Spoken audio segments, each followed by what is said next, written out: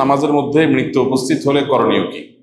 উদাহরণস্বরূপ সিজদারত অবস্থায় মৃত্যু উপস্থিত হলে আমি কি সিজদার তাসবিহ পড়ব, নাকি কালিমায়ে তাইয়্যিবা বা কালিমায়ে শাহাদা পাঠ করব, নাকি উভয় কালিমা পড়ব?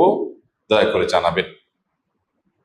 নবী করিম সাল্লাল্লাহু আলাইহি সাল্লাম বলেছেন, মান কানা আখিরু কালামিহি কাউলু লা ইলাহা ইল্লাল্লাহ দাখালাল জান্নাহ আও কামা ওয়ারাদা ফিল হাদিস।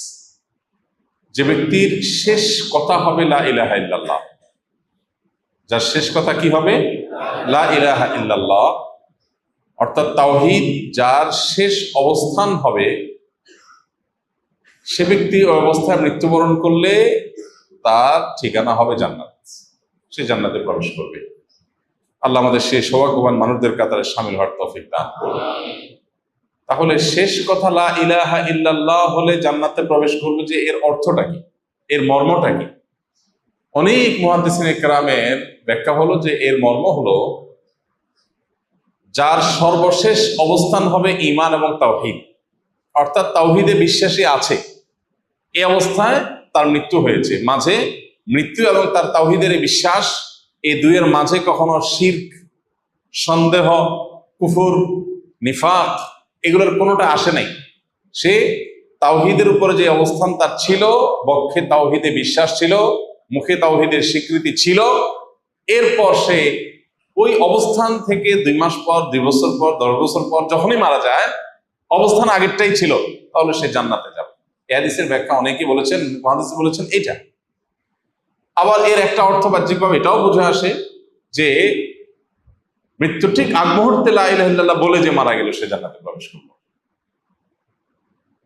তো যেটাই হোক না কেন, বাহার কায়েফ মানুষ মৃত্যুর আগ মুহূর্তে লা ইলাহা ইল্লাল্লাহ মুখে উচ্চারণ করেই মৃত্যুবরণ করতে হবে জান্নাতে প্রবেশ করবার জন্য, ব্যাপারটা এরকম না, এটা শর্ত না।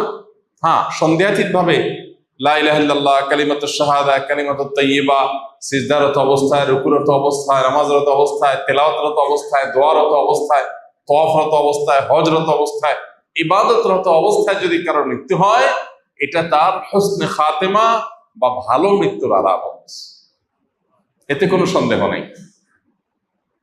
কিন্তু এর মানে এই না যে তাকে ওই লা ইলাহা ইল্লাল্লাহ উচ্চারণ করতে করতেই মারা যেতে হবে, তাহলেই শুধু ভালো মাত্র আলামত বলা যাবে, ব্যাপারটা সেরকম না। একজন সুবহানাল্লাহ এই কথা বলে মারা গেলেন, ভালো মৃত্যু না খারাপ মৃত্যু? ভালো মৃত্যু। আল্লাহর পবিত্রতা জ্ঞাপন করে মারা গেলেন, এটা নেককার মৃত্যু, এটাকে আমরা ঈমানের মৃত্যু বলতে পারি, আলহামদুলিল্লাহ। অতএব কেউ সিজদা থাকা অবস্থায় সুবহান রাব্বিয়াল আ'লা, সুবহুন কুদ্দুস রব্বুল মালাইকাতি ওয়ার রূহ, সিজদার কোন তাসবিহ তিনি পাঠ করে 2 চোখ বন্ধ হয়ে গেল তার, আলহামদুলিল্লাহ, এটা নেককারের মৃত্যু বলা যেতে পারে। হোসনে জান বা তার প্রতি সুধারণা করা যেতে পারে, আল্লাহ তাআলা তাকে নেককারের মৃত্যু দান করেছেন।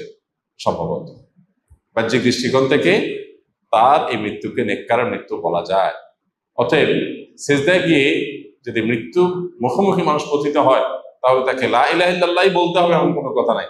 আর যদি সিজদা লা ইলাহা ইল্লাল্লাহ বলেও, তাতেও অসুবিধা নেই। বাকি শেষ কথা লা ইলাহা ইল্লাল্লাহই হতে হবে হোসনে খাতেমার জন্য, এটা জরুরি না, শর্ত না। লা ইলাহা ইল্লাল্লাহর মর্ম বোঝা যায়। সুবহান রাব্বিয়াল আ'লা যখন কেউ পড়ে, এখানেও কি আছে?